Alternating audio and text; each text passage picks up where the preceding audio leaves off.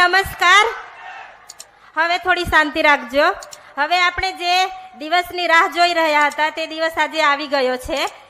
આપણી વચ્ચે 2 સીએમ પધાર્યા છે, એટલે ચૈતરભાઈના સમર્થનમાં બધી પબ્લિક પણ આવી છે. એટલે આ સભામાં ઉપસ્થિત દિલ્હીના મુખ્યમંત્રી માનનીય શ્રી અરવિંદભાઈ કેજરીવાલ સાહેબ, પંજાબના મુખ્યમંત્રી શ્રી માન ભગવંત સાહેબ આપણી સભામાં હાજર છે.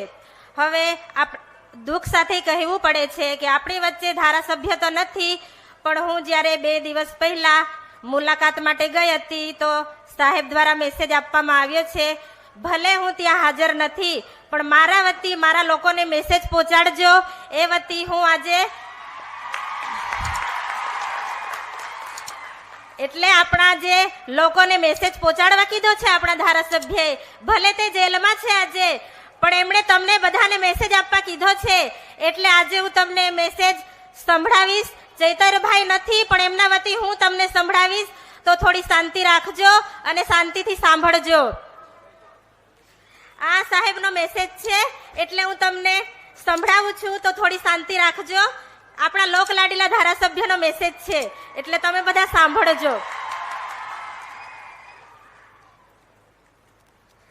મારા લોકોને મારો સંદેશ. આમ આદમી પાર્ટીના રાષ્ટ્રીય સંયોજક, દિલ્હીના મુખ્યમંત્રી શ્રી અરવિંદ કેજરીવાલજી, પંજાબના સરદાર મુખ્યમંત્રી શ્રી ભગવંત માન સાહેબજી, મહાસચિવના સંદીપ પાઠકજી, પ્રદેશ પ્રમુખ ઈસુદાન ગઢવી, પૂર્વ પ્રમુખ ગોપાલભાઈ ઇટાલિયા, મહામંત્રી મોનજભાઈ સરાઠિયા, કાર્યકારી પ્રદેશ પ્રમુખ, ધારાસભ્યશ્રીઓ, તમામ પદાધિકારીઓ તેમજ મોટી સંખ્યામાં અહીં ઉપસ્થિત યુવાનો, વડીલો અને માતા બહેનોને ચૈતર વસાવાના જય આદિવાસી, જય જોહાર. 2 મહિનાથી આપની વચ્ચે આપના સુખ દુઃખના પ્રસંગોમાં હાજર નહીં રહેવા બદલ આપ સૌની હું માફી ચાહું છું. 2022ની ગુજરાત વિધાનસભાની ચૂંટણીમાં 1 લાખથી પણ વધુ મત, 56% મત આપીને આપ પાર્ટીએ મને મારા પર ભરોસો રાખી અને વિશ્વાસ મૂકવામાં આવ્યો. ત્યારથી બીજા ધારાસભ્યની જેમ ઘરે બેસી રહેવા કરતા હું અને મારી ટીમ સતત લોકોની વચ્ચે રહીને લોકોની સમસ્યાઓને વાચા આપવાનું કામ કરી રહ્યા છે. ચૂંટાયા પછીના 1 વર્ષના સમય દરમિયાન લોકોને ન્યાય અપાવવા સડકથી સદન સુધીના સરકાર સામે બાયો ચઢાવીને મેં અવાજ ઉઠાવ્યો છે.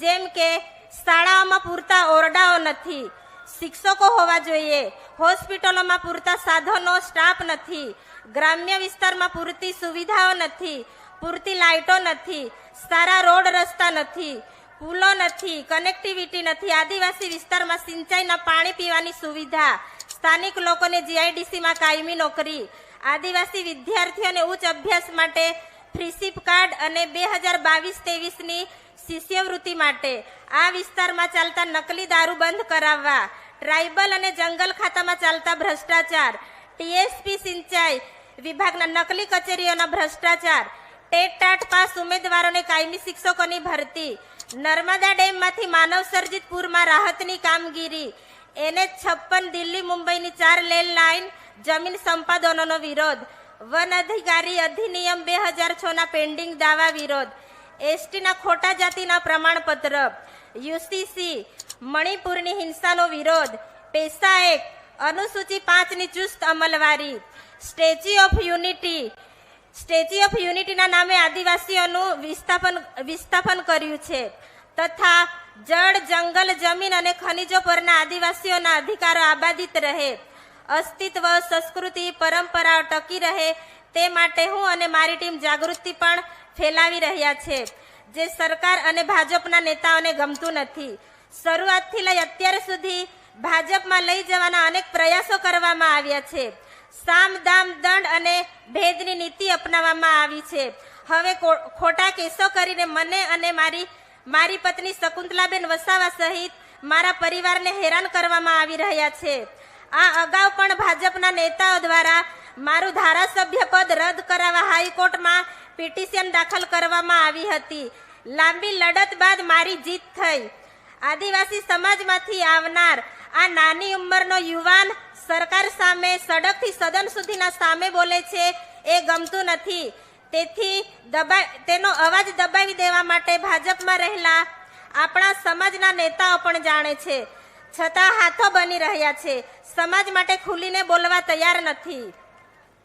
2024ની લોકસભાની ચૂંટણી નજીક હોવાથી 2019ની જેમ ચૂંટણી પતે ત્યાં સુધી ભાજપ સરકાર મને જેલમાં રાખવા મથે છે. પરંતુ મને દેશના સંવિધાન અને ન્યાય પ્રણાલી પર પૂરો વિશ્વાસ છે. અમારી સાથે ન્યાય થશે. અમે ટૂંક સમયમાં જ આપ સૌની વચ્ચે હોઈશું અને સૌ સાથે મળી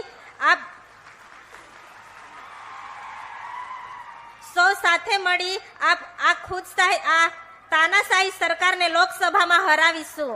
અમે આદિવાસીઓના સંતાન છે. અમારા પૂર્વજોએ અંગ્રેજોની ગુલામી પણ સ્વીકારી નથી. અમે ક્યારે ડરવાના નથી. આદિવાસી સમાજ અને ગુજરાતની પ્રજા માટે અમારો સંઘર્ષ ચાલુ રહેશે. છેલ્લા શ્વાસ સુધી લડીશું. ભલે હું જેલમાં છું, પણ હું મારા લોકો માટે લડતો રહીશ. ગુજરાતના ખૂણે ખૂણામાં આમ આદમી પાર્ટીની વિચારધારાઓને પહોંચાડીશું. આપ સૌનો સહકાર મળતો રહે એવી આશા રાખું છું. આપનો સહકાર એ જ મારી તાકાત છે.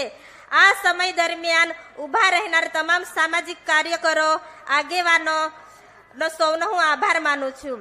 સત્ય પરેશાન હો सकता है, સત્ય પરેશાન હો सकता है, પરાજિત નહીં. જય આદિવાસી.